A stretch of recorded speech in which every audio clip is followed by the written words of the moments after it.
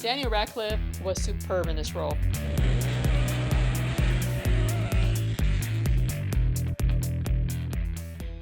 Hey, Lupe here for CineMovie. We are living through some harsh times right now, and the health experts are telling us to social distance ourselves. So I figure a lot of people will be streaming a lot of movies and TV show in the next coming weeks to stay safe. So here I am today to review Daniel Radcliffe's new movie, Escape from Pretoria. It's in select theaters, but it's also on demand and on digital. So you'll get a real thrill from watching this film. It's very enthralling. It's based on a true story. Back in the 70s, there was an activist named Tim Jenkins, and he went to jail during the days of apartheid in South Africa. He was creating bombs, but not the kind of bombs to kill people.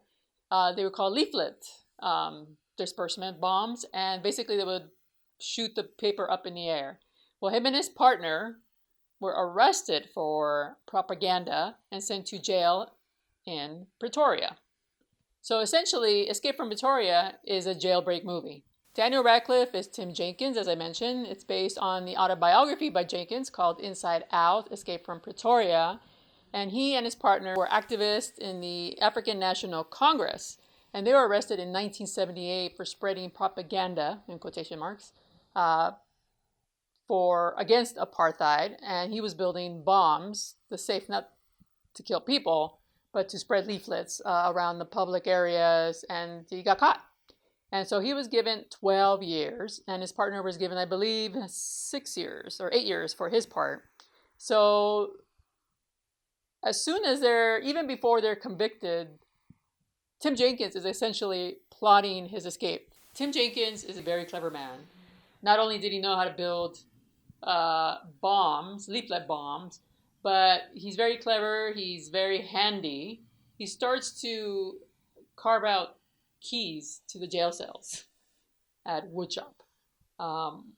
And it's just really brilliant to see this brilliant mind working overtime to get the heck out of there. And he's just not doing it for himself. He's trying to get all the political prisoners out. He's trying to convince them to come along or to be part of this escape.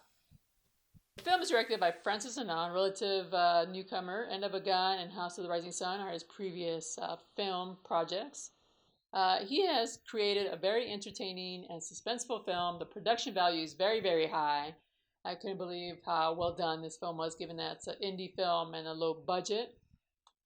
And a lot of the scenes are in dark locations, and the cinematography just look really, really great. You can see all the action and so forth. What Tim Jenkins did in that jail is short of miraculous. He seriously is a MacGyver, having carved out wooden keys to fit these locks, not just one, but a few, to get out of jail. And it was an instant. It took him, about 400 days, I believe, a little over 400 days. So it was just short of miraculous. So Escape from Pretoria is not your usual prison movie. When I was reading the synopsis, I thought, I don't know if I want to watch such a movie revolving around jail life. But in this one, they're all political prisoners, so it's not the same exact things going on in the jail. You do have harassment by the guards, but there's no sexual harassment by other inmates and so forth, and drug deals and stuff like that. So it was kind of a refreshing take on prison movies, and the fact that it's true made it even more exciting, I guess, to see if these people who are in there for fighting against apartheid. So you're really rooting for these guys to make it out. Daniel Radcliffe was superb in this role. For once, I forgot he was Harry Potter. And I think that's been his biggest hurdle post Harry Potter, is finding a role that's very different. And he has done a lot of different things, but I think this role, because he's the lead and he was given some really good material, he did a really good job. And you recognize him, but he looks more like John Lennon. Look at that. And I would say my only complaint is you don't get much background of these characters, but you do root for them because they are fighting against apartheid. So right away, these are relatively good guys because they're fighting against an oppressive society.